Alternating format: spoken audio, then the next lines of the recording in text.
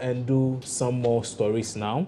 And 7 district chief executives have been sacked by President John Dramani Mahama. Now, a statement from the Flagstaff House says the president has, in accordance with Article 243, Section 1 of the 1992 Constitution and Section 20, Clause 1 of the Local Government Act 1993, made new appointments to the position of municipal, metropolitan and district chief executives. The president has also named a new DCE for the Nkwanta South District Assembly in the Volta region, a year after the death of the former DCE for the area, Peter Kojo Kenyenso, was gunned down in November 2014 by some unknown assailants at his residence. Now, the new MMDCEs are Frank Pratt for Ibra Asebu Kwamankese, Margaret Ansei for Suhum Municipal, Alfred Kofi Wukanya for the Nkwanta South District, Lawrence Aka Santana for Sefirioso, Abori Adongo Philip for Bogatanga District, Magnus Jacob Yama Tampuri for East Mampusi, Alfred Donko for Pandai, and Aprekulate for the Tano North constituency. We'll try as much as possible to get an understanding as to what really this means for governance as a whole and why the president will make such a decision and such an announcement barely 11 months, I must say, to elections. We'll bring you much more on this, but let's just drift a bit. And animation movies, popularly known as cartoons, may not be the favorite form of entertainment for many Ghanaians, but the industry in Ghana has seen a steady growth in recent times. Now, ever since Zingaro Productions produced the cartoon to educate against the use of illicit drugs, a good number of animators have followed with skits that seek to criticize government and bring out the ills in society in a humorous way. Now, one of such animators, Louisa Pia, has actually produced a full-length movie that is due to premiere in Accra this weekend. Season's greetings to all of you, to our viewers of joining us on Multi-TV. Thanks for staying with us. Today, I have a special interview for you. You might have seen him on our screens before, but we've had to do this again because he's coming up with a different project. He has a nice way of signing out of his cartoons. He says, the name is Nazir, and I'm out. Yes, I'm speaking to Louisa Pia once again. Luis, welcome. Thank you, thank you. It's been a long time. Yeah. When was the last time we spoke?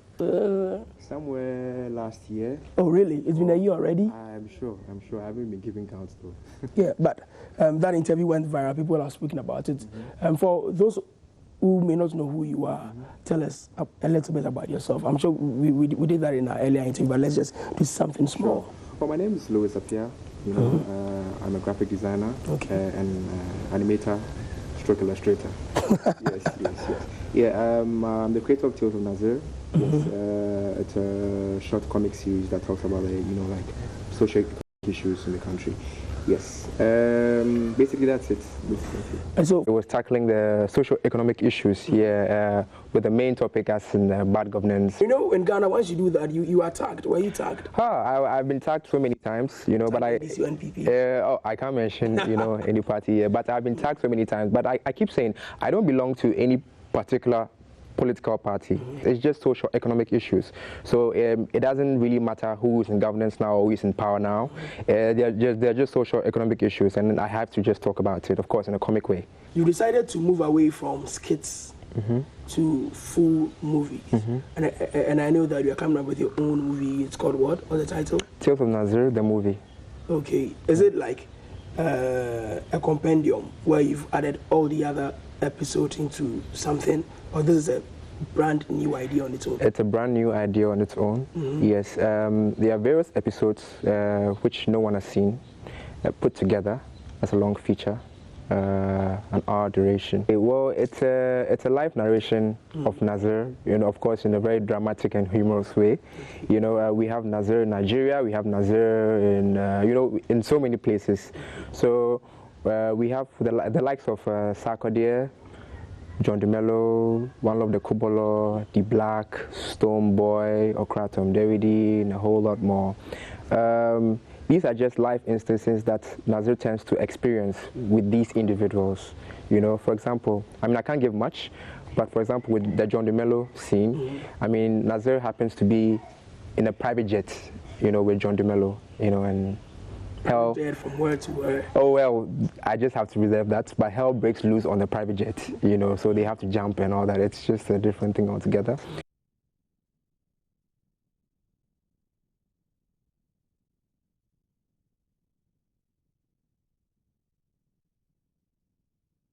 That was a piece by Derek Ekosam there. We can now move on and do some more stories. And the Power Ministry has announced the end to a 4-year load shedding exercise in the country.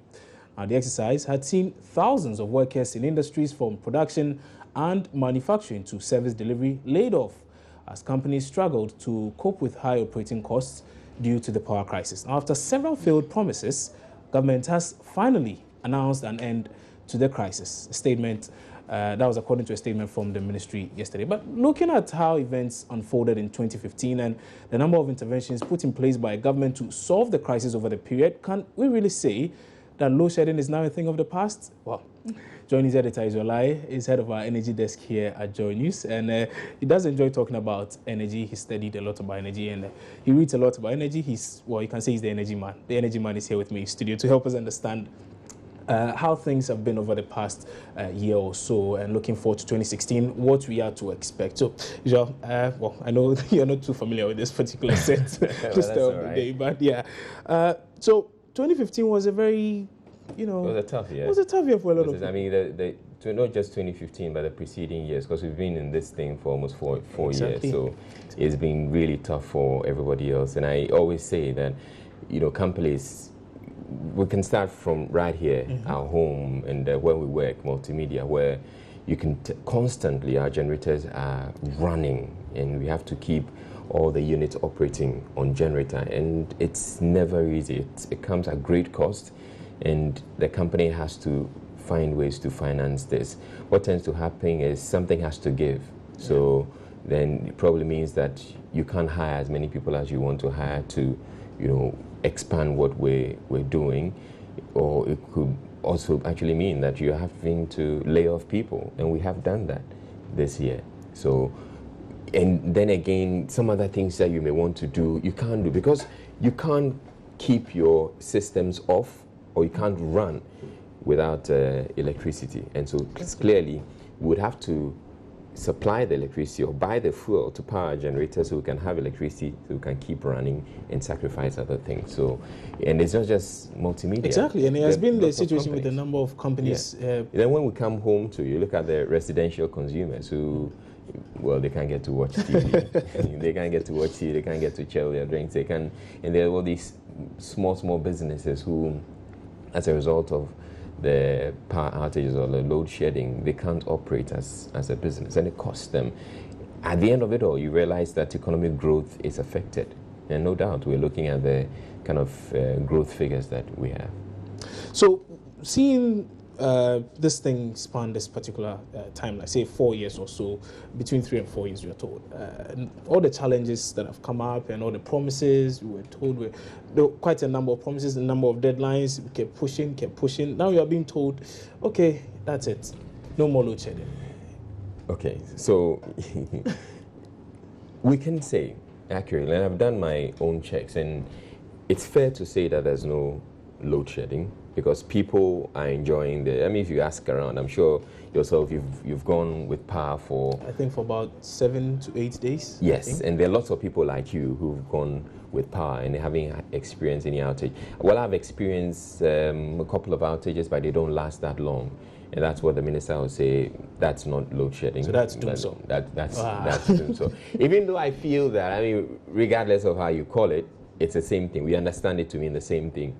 So you can have doom so. Doom so essentially is doom and so. So your power goes off at a point, and it comes on at a point. Now, it may be 30 minutes of doom, and then the saw continues. Or it could be 24 hours of doom, as we've had to experience it over the last couple of months, and then 12 hours of saw. It's still doom so. That's the way we understand it.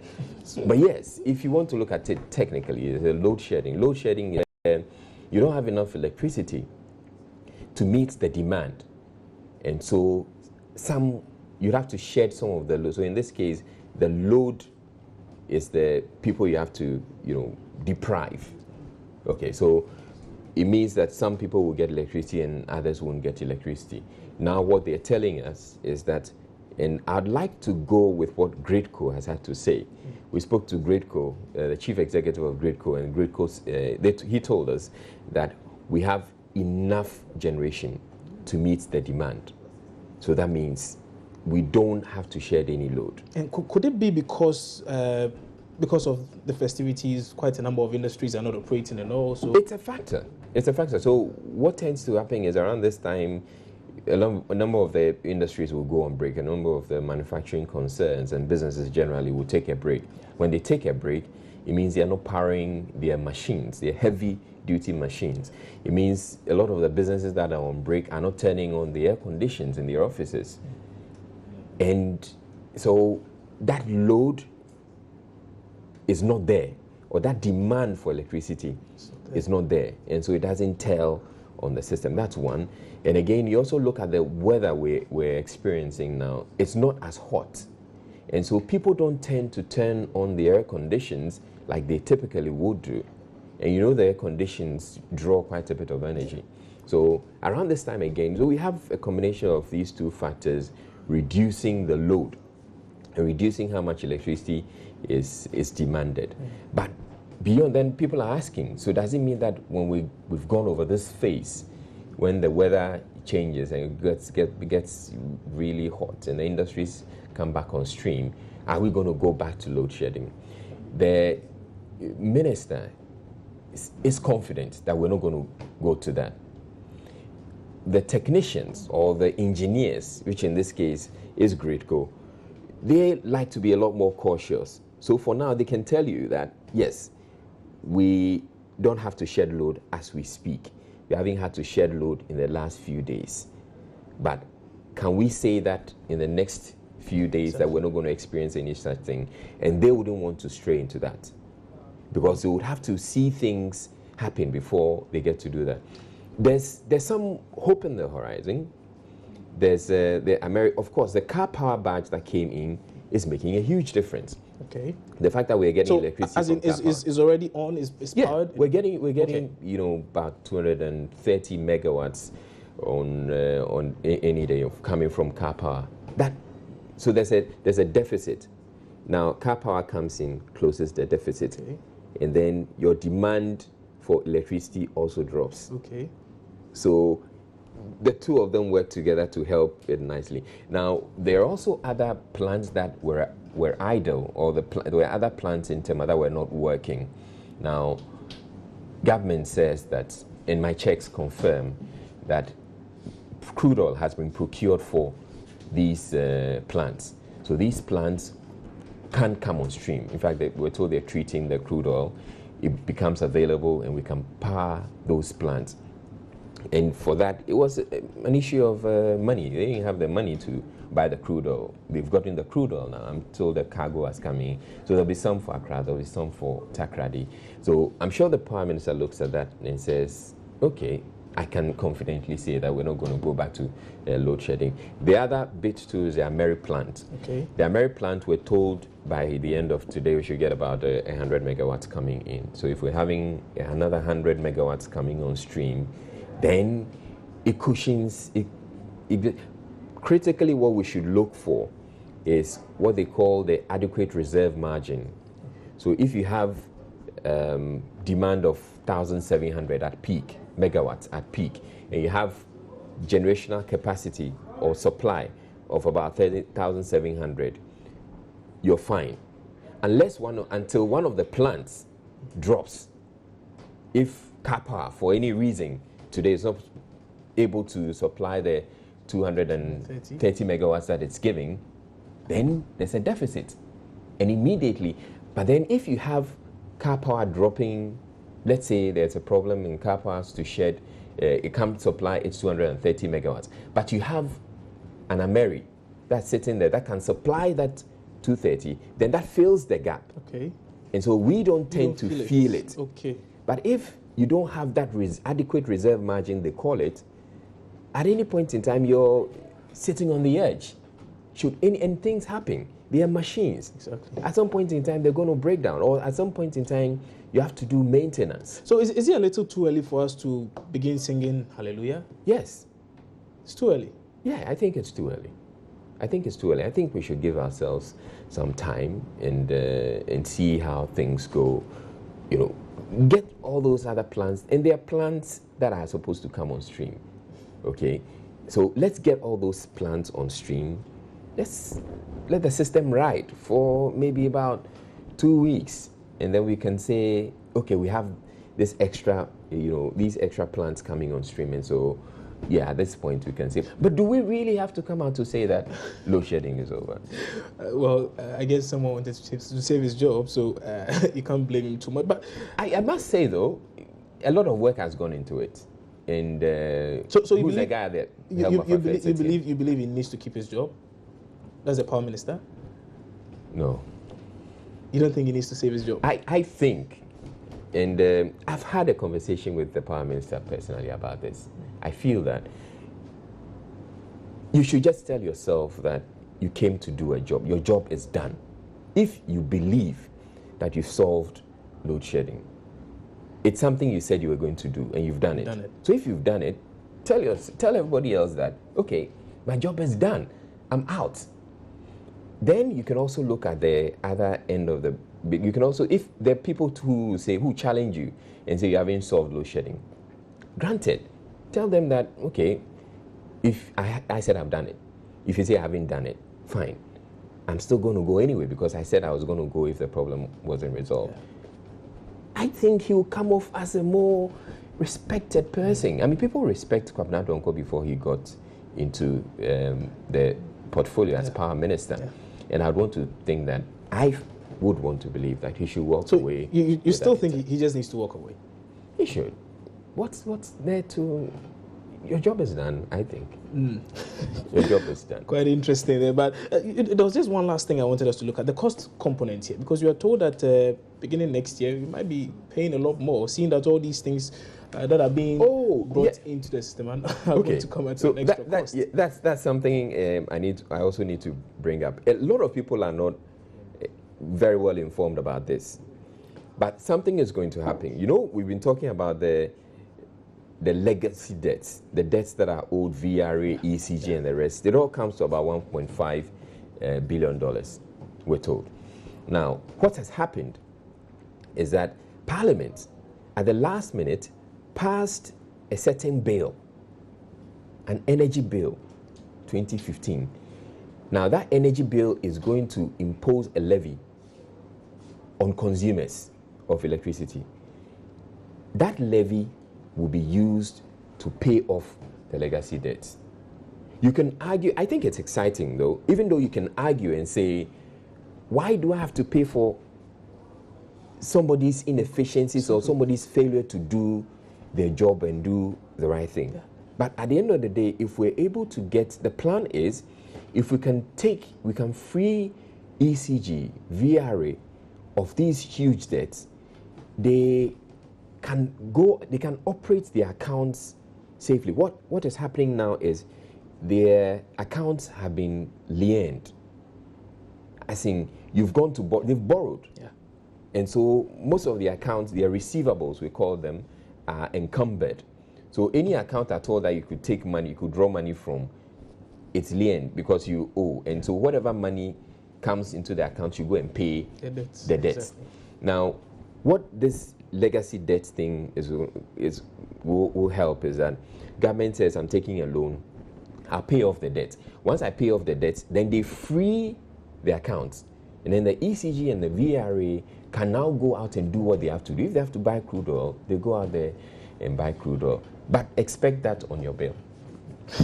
Quite interesting. So consumers to pay much more for electricity, that's according to our own energy experts. It's kind of like the petroleum debt recovery levy that we've had for a long time. So this also comes in like that. So you pay. And looking at all this, we've been paying that particular levy all this while. We are buying crude at say $40 a barrel now, and we still have to pay. But yeah, well, we'll see how it goes. And according to our experts, prepared to pay much more for power next year. That was Israelai, head of our energy desk and an editor here at Joy News. I'm not an expert.